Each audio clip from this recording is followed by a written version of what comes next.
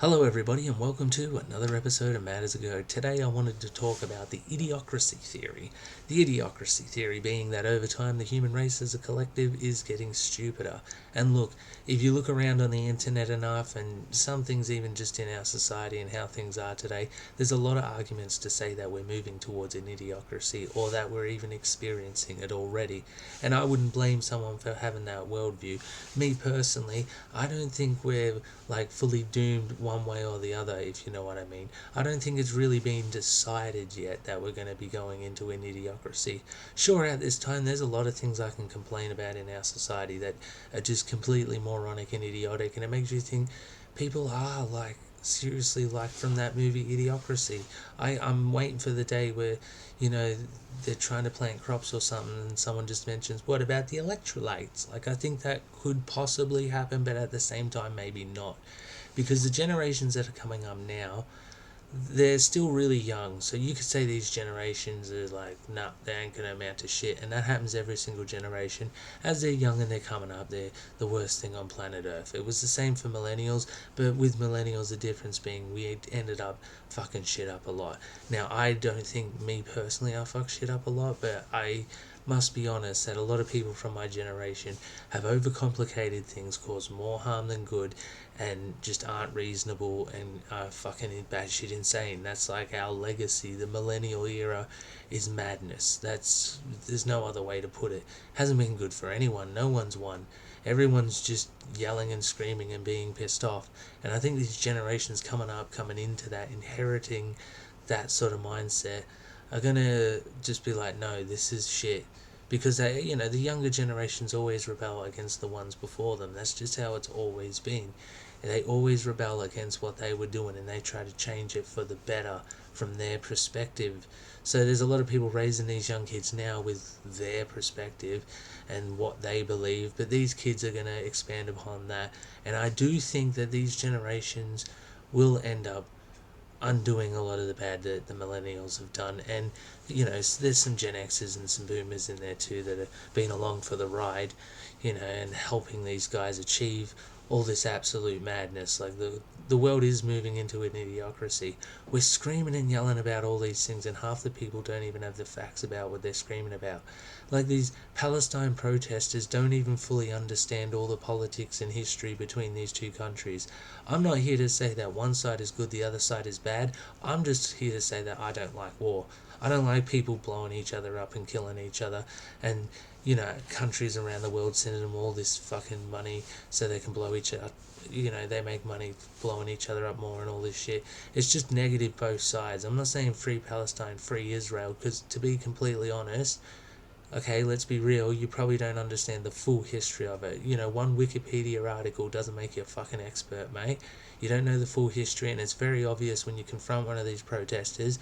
Because I don't like protesters screaming about this stuff, because you got to be logical about things. It's fine to protest, but when you protest for things that you and your nation have absolutely no control over, that's really moronic and stupid. When you're in the middle of America screaming free Palestine, no one gets freed. It's not doing anything.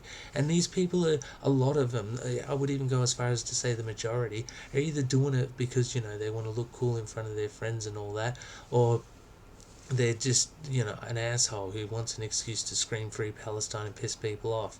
There's a lot of fucking negative people involved in this stuff to free Palestine, and they don't even understand the issue. And it is kind of like an idiocracy. People running around screaming and ranting and raving about things they don't even understand. And then you got other people who, I don't care what your beliefs and all that are.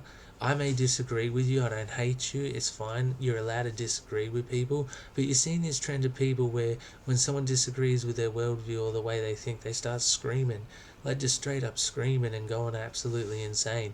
It's not everyone's going to agree with you. To have a discussion and be reasonable, you have to have some sort of decorum and sanity to what you're doing.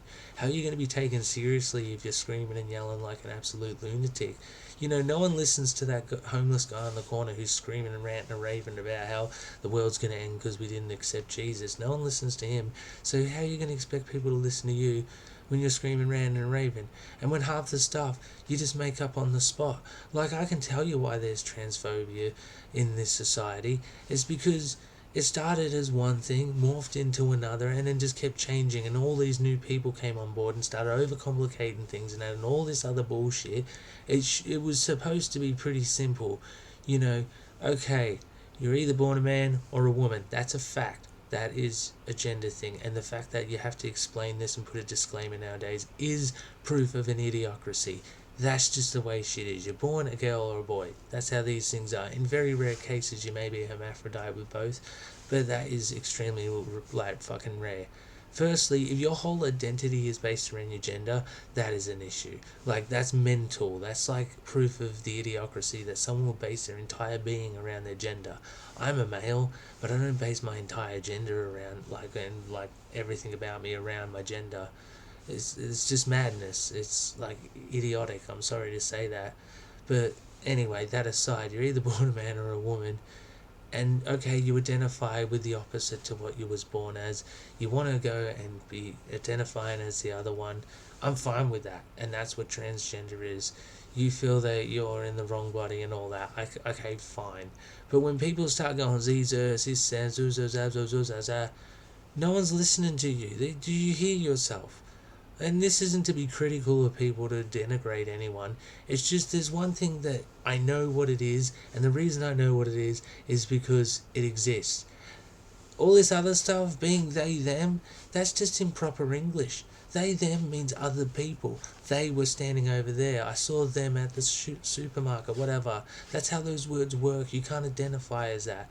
And that isn't to put anyone down, but nowadays that's bullying because we're in the freaking idiocracy. You know, this is one of those topics that is pushing people to think we're in the idiocracy. The simplest things in our life have been blown out and made so freaking complicated when they're not that complicated at all. Like, you know how you solve racism? And this is something Morgan Freeman said, and I think it's fucking spot on.